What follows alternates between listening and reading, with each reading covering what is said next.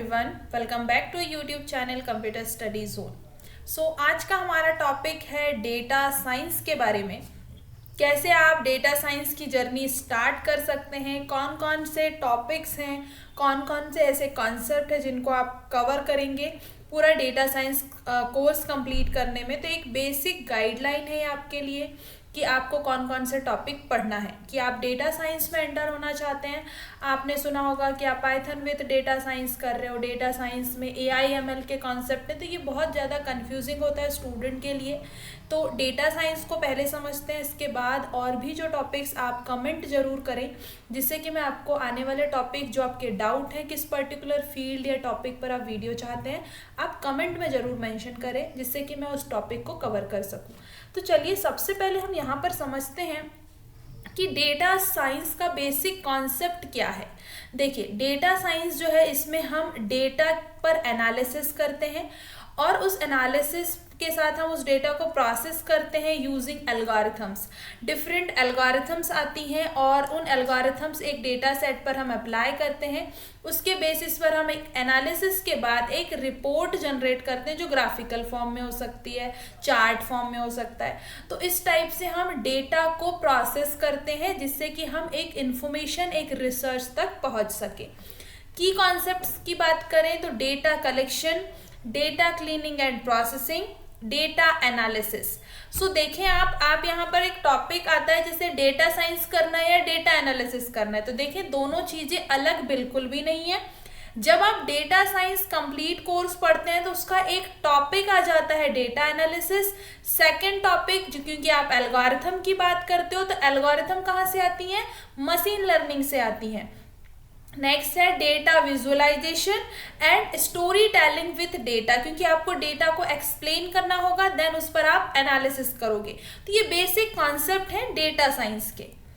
Now कौन कौन से स्किल रिक्वायर्ड हैं, आपको कौन कौन से टॉपिक्स और लैंग्वेजेस या सब्जेक्ट कवर करने होंगे इसके लिए।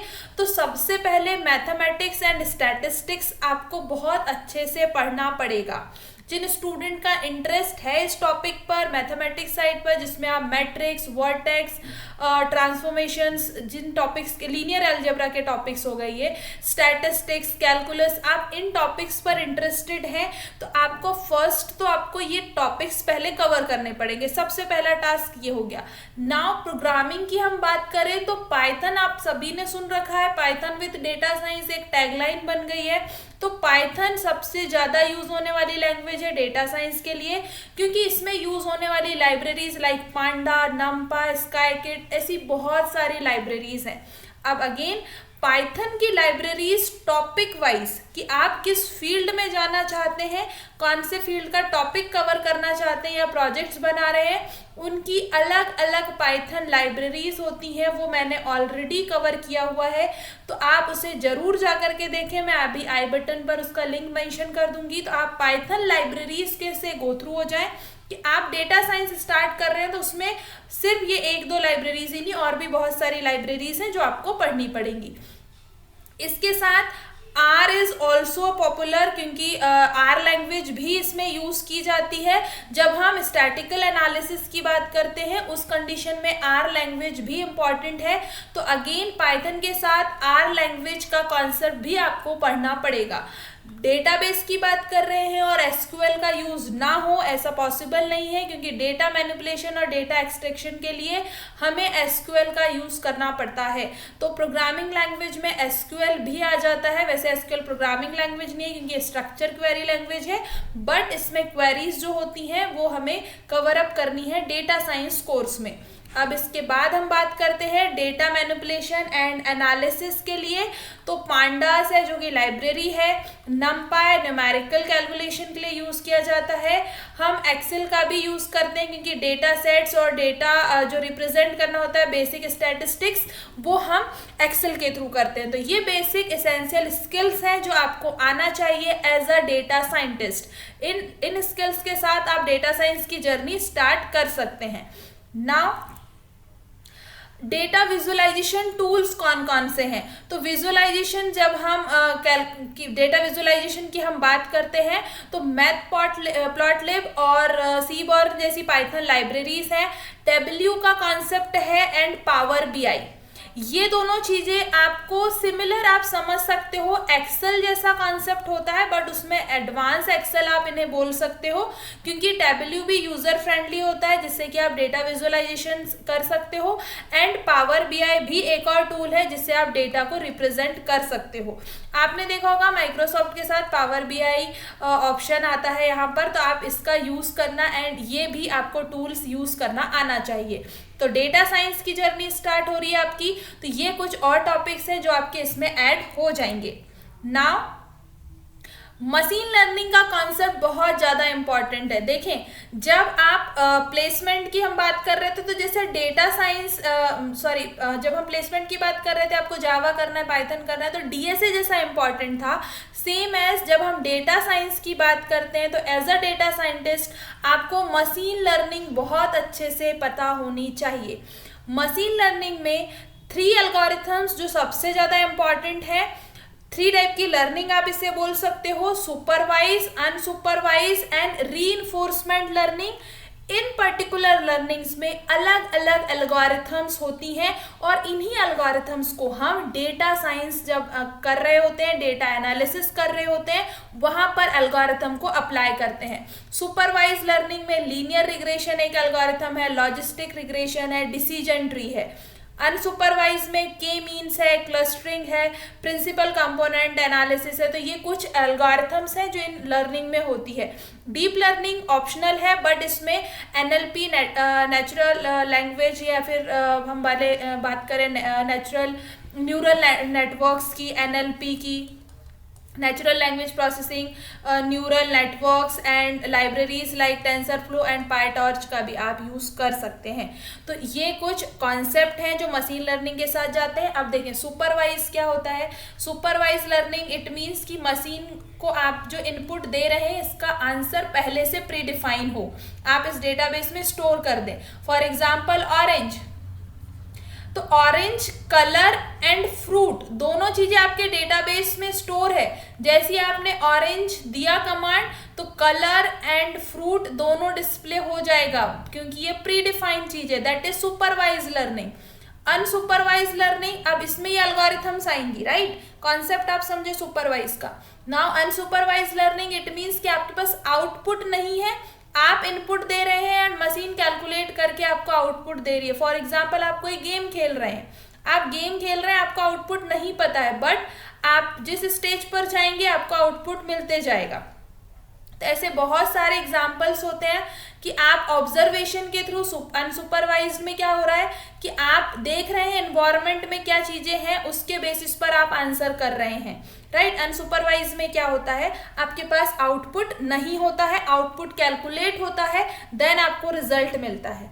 बट सुपरवाइज में आउटपुट प्री डिफाइन होता है, जिसे लेबल्ड डेटा कहते हैं हम।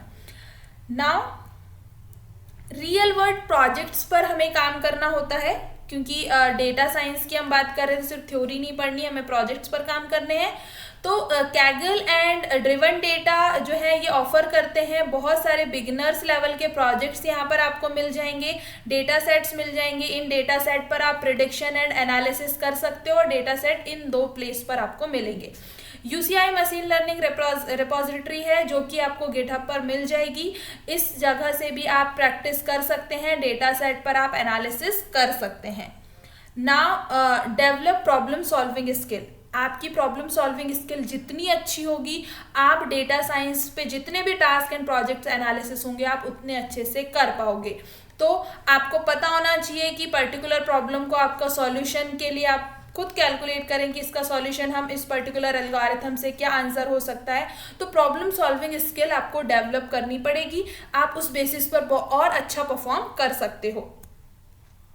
अगेन प्रैक्टिस प्रैक्टिस प्रैक्टिस, जितना ज़्यादा आप प्रैक्टिस करोगे आपके कॉन्सेप्ट उतने अच्छे क्लियर होंगे। ऐसा नहीं कि आपने सुपरवाइज की एल्गोरिथम पढ़ ली, अनसुपरवाइज की एल्गोरिथम पढ़ ली, प्रोजेक्ट्स उठा लिए, बट उसकी और प्रैक्टिस करो ना, और ज़्यादा प्रोजेक्ट्स पे काम करो। अभी आपने फॉर एग्जांपल आपने आईपीएल डेटा पर काम किया है, देन आप पर्टिकुलर किसी और जैसे कोरोना के टाइम का डेटा था, आप उस पर वर्क कर सकते हो। ऐसे बहुत सारे डेटा सेट्स मिलेंगे आपको मूवी से रिलेटेड डेटा मिल जाएगा, आपको सॉन्ग से रिलेटेड डेटा मिल जाएगा। टास्क सेम है बट अलग अलग एनालिसिस कर सकते हो आप। तो जितनी ज़्यादा प्रैक्टिस करोगे उतना ज़्यादा आपको हेल्प मिलेगा। आप गिटहब पर जो रेपोजिटरीज हैं वहाँ वो क्रिएट करो, डॉक्यूमेंट्स आपके जो हैं वो अपलोड करते जाओ, जिससे आपको मोटिवेशन रहेगा, राइट, कि हमें और टास्क करने हैं। तो डेटा साइंस अल्टीमेटली आप जब स्टार्ट करते हैं तो आपके कॉन्सेप्ट के साथ साथ इसकी प्रोजेक्ट बेस्ड लर्निंग भी इम्पॉर्टेंट है। नाउ डेटा साइंस की बहुत सारी कम्युनिटीज़ हैं, आप उसे ज्वाइन कर सकते हो। कैगल है जहाँ पर आप पार्टिसिपेट कर सकते हो, कॉम्पिटिशन्स होते हैं, यहाँ पर डिस्कशन होते हैं, तो आप इसे ज्वाइन कर सकते हो।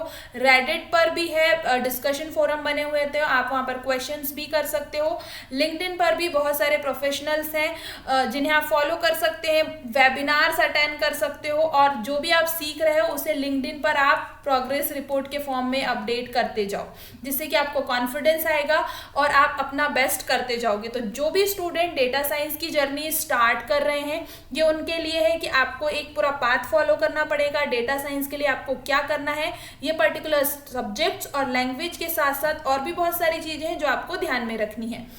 जितने भी इंडस्ट्री में ट्रेंड्स चल रहे हैं, जो भी लेटेस्ट टेक्नोलॉजी और टॉपिक्स पर काम हो रहा है, आप उससे अवेयर रहो। अपने प्रोजेक्ट को जितना हो सके उतना गिटहब पर डालो, ब्लॉग्स के थ्रू एक्सप्लेन करो, या फिर ब्लॉग्स आप पढ़ो, जितने भी प्रोजेक्ट्स आप बना रहे हो उससे रिलेटेड जो भी वर्क है आप उसे सीखो और डिस्प्ले करते चलो।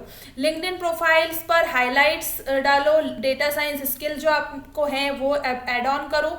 जो प्रोजेक्ट्स कर रहे हो प्रोजेक्ट को डिस्प्ले करने की आदत डालो। प्रोजेक्ट्स करोगे, डिस्प्ले करोगे, एक मोटिवेशन आएगा और आपको टॉपिक का कॉन्सेप्ट जो है वो और अच्छे से क्लियर होगा। थ्योरी पढ़ने से कुछ भी नहीं होगा, प्रोजेक्ट बना करके सिर्फ रखना नहीं है, एक प्रोजेक्ट से कुछ भी नहीं होता है, मल्टीपल प्रोजेक्ट्स पर काम करते चलो। प्रोजेक्ट बेस्ड लर्निंग बहुत ज़्यादा इंपॉर्टेंट है, इससे आपको सीखने भी मिलता है, साथ ही साथ जब आप रिज्यूम बनाते हो तो आप वहाँ डिस्प्ले भी कर सकते हो, एंड जब आप एज अ फ्रेशर कंपनी में जा रहे हो तो आपका प्रोजेक्ट रिपोर्ट जो है यही मैटर करता है। तो आपकी journey data science as a data scientist आप स्टार्ट करना चाहते हैं तो आप स्टार्ट कर सकते हैं। आप सेकेंड ईयर से भी स्टार्ट कर सकते हैं, थर्ड ईयर में है तो भी आप स्टार्ट कर सकते हैं। इन 2 इयर्स 1 ईयर्स का टाइम सफिशिएंट होता है। फाइनल ईयर प्लेसमेंट के टाइम अपने प्रोजेक्ट के साथ एज अ डेटा साइंटिस्ट बनने की जो जर्नी है वो आप स्टार्ट कर सकते हैं। वीडियो अच्छा लगा है तो अपने सभी फ्रेंड्स के साथ इसे शेयर कर दीजिए, टेलीग्राम ग्रुप ज्वाइन कर लीजिए, इंस्टाग्राम पर आप मुझे फॉलो कर दीजिए और सब्सक्राइब कर दो चैनल को, साथ ही बेल आइकन प्रेस कर दो ताकि ऐसे ही मोटिवेटिव वीडियोस आपको मिलते रहें। ऐसी लेटेस्ट टॉपिक्स और ट्रेंड्स पर आपको वीडियोस मिलते रहें। सब्जेक्टिव टॉपिक्स पर भी मैं लेक्चर कवर करती हूँ तो आप वो भी कवर अप कर सकते हैं अपने यूनिवर्सिटी एग्जाम के लिए, उसमें आपको बहुत ज़्यादा हेल्प होगी। Thank you.